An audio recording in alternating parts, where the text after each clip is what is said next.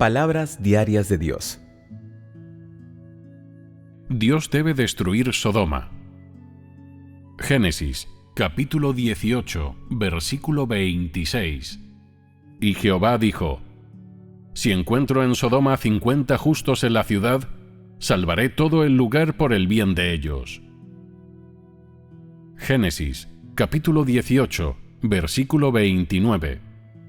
Y volvió a hablarle otra vez y dijo: Tal vez puedan haber 40 ahí.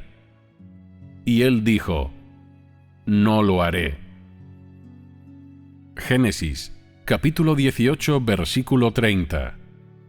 Y le dijo: Tal vez puedan haber 30 ahí.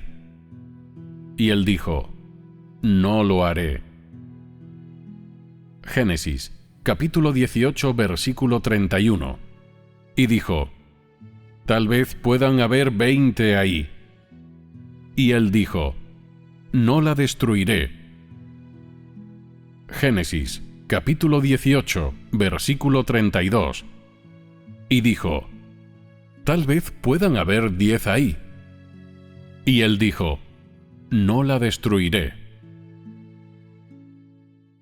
Dios solo se preocupa de aquellos que son capaces de obedecer sus palabras y seguir sus mandatos.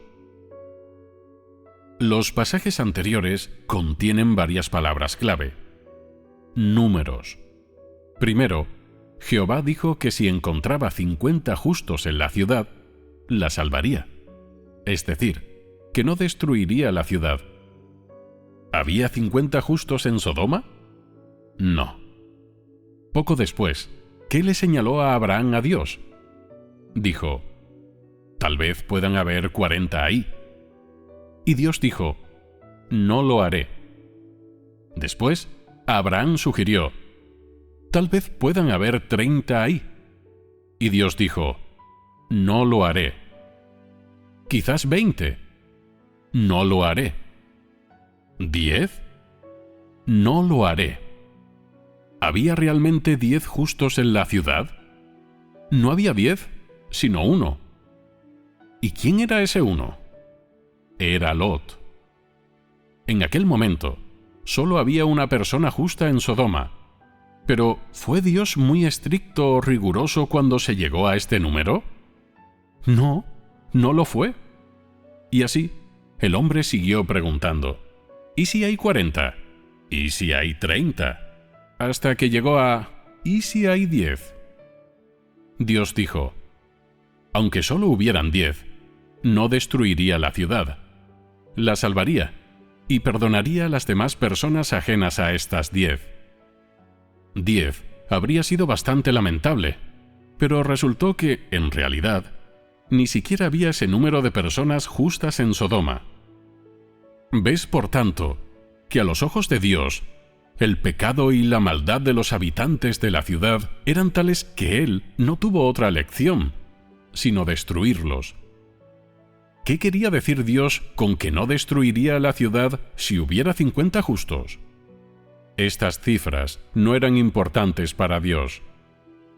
Lo relevante era si la ciudad contenía o no los justos que Él quería.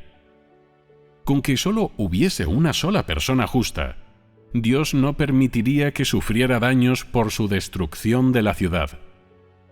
Esto significa que, tanto si Dios fuera a destruir la ciudad como si no, e independientemente de cuántos justos hubiera en ella, para Dios esta ciudad pecadora era maldita y abominable, y debía ser destruida, desaparecer de los ojos de Dios, mientras que los justos debían permanecer.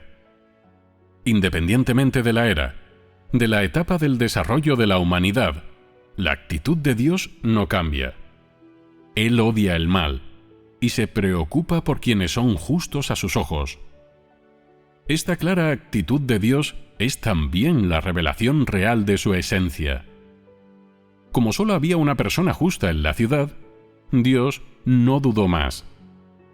El resultado final fue que Sodoma sería inevitablemente destruida. ¿Qué veis en esto? En aquella época, Dios no destruiría una ciudad si había 50 justos en ella, o incluso 10. Esto significa que Dios decidiría perdonar y ser tolerante con la humanidad, o realizaría la obra de dirección por unas pocas personas capaces de venerarlo y adorarlo. Dios da mucho valor a las acciones justas del hombre. Él da mucho valor a aquellos que son capaces de adorarlo y a aquellos capaces de hacer buenas obras delante de Él. Desde los tiempos antiguos hasta hoy, ¿habéis leído alguna vez en la Biblia que Dios comunicara la verdad o le hablara a alguna persona sobre su camino? No, nunca. Las palabras de Dios dirigidas al hombre, que leemos, le señalaban a las personas lo que debían hacer. Algunos fueron y lo hicieron, otros no. Algunos creyeron, otros no. Es todo lo que había. Por tanto, los justos de aquella época, los que eran justos a los ojos de Dios, eran simplemente los que podían oír las palabras de Dios y seguir sus mandatos. Eran siervos que llevaban a cabo las palabras de Dios entre los hombres. ¿Podían definirse estas personas como los que conocen a Dios? ¿Se les podía catalogar de personas perfeccionadas por Dios? No. Y así, independientemente de su número, a los ojos de Dios, ¿eran estos justos dignos de ser llamados confidentes de Dios? ¿Se les podía denominar testigos de Dios? Indudablemente no. Sin duda, no eran dignos de ser llamados confidentes y testigos de Dios. Entonces, ¿cómo los llamó Dios? En la Biblia, hasta en los pasajes de la Escritura que acabamos de leer, existen muchos ejemplos en los que Dios los define como mi siervo.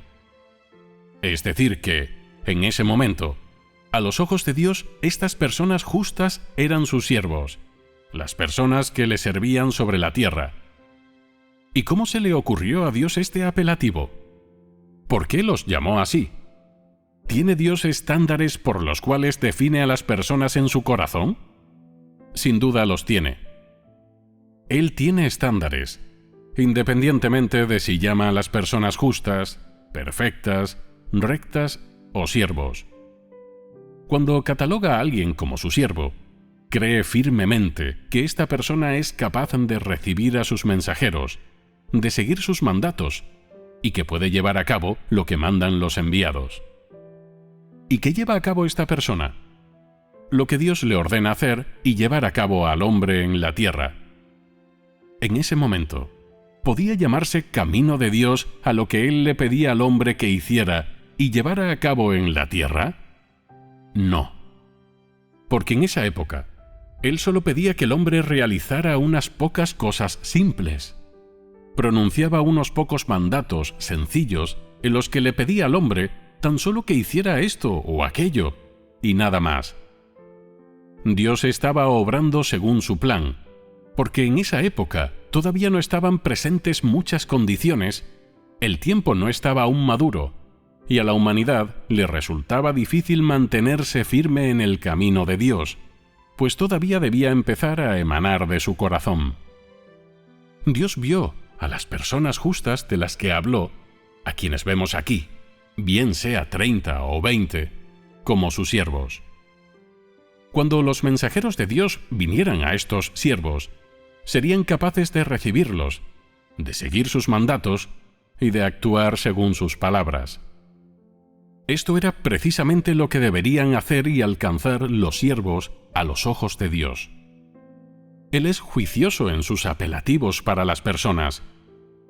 No las llamó sus siervos porque fueran como vosotros sois ahora, porque hubieran oído mucha predicación, supieran lo que Dios iba a hacer, entendieran mucho de la voluntad de Dios y comprendieran su plan de gestión, sino porque su humanidad era sincera y eran capaces de cumplir las palabras de Dios.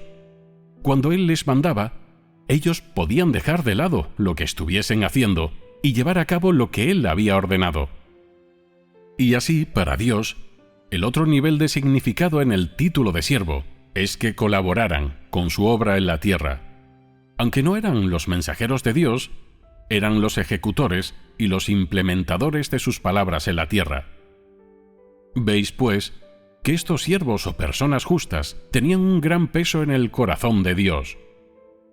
La obra en la que Él iba a embarcarse en la tierra no podía existir sin personas que cooperaran con Él, y el papel desempeñado por sus siervos era irreemplazable por sus mensajeros.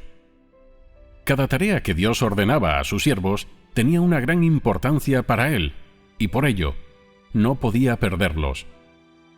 Sin la cooperación de estos sirvientes con Dios, su obra entre la humanidad había quedado paralizada, con la consecuencia de que el plan de gestión de Dios y sus esperanzas habrían quedado en nada.